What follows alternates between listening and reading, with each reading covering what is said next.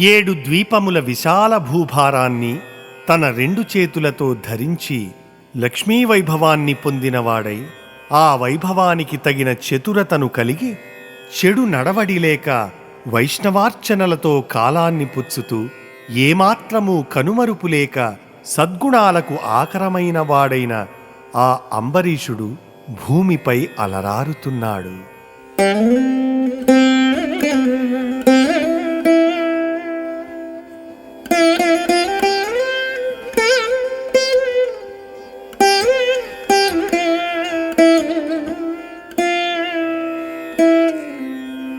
చిత్తంబు మధురిపు శ్రీపాదములయంద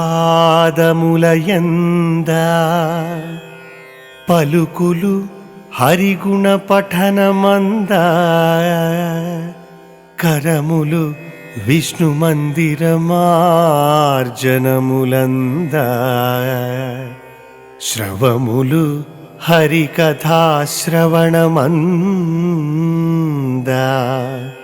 చూపులు గోవిందరూప వీక్షణమంద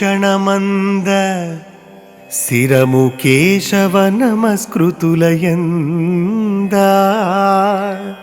పదములీశ్వర గేహ పరిసర్పణములంద కామంబు చక్రికైంకర్యమంద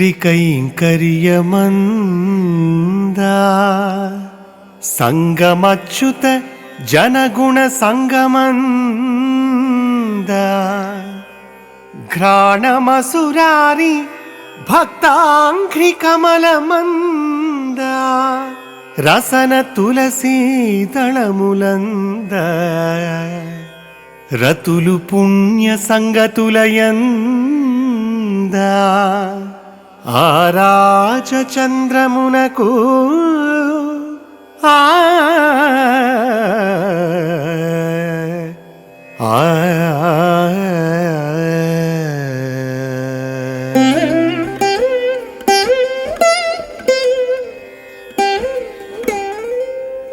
ఆ అంబరీషుడు రాజులలో ఉత్తముడు.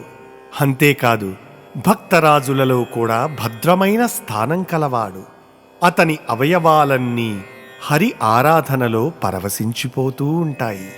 మనస్సు ఎల్లవేళలా మధుసూదనుని యందే నిలిచి ఉంటుంది. పలికే పలుకులన్నీ హరిగుణములకు చెందినవే.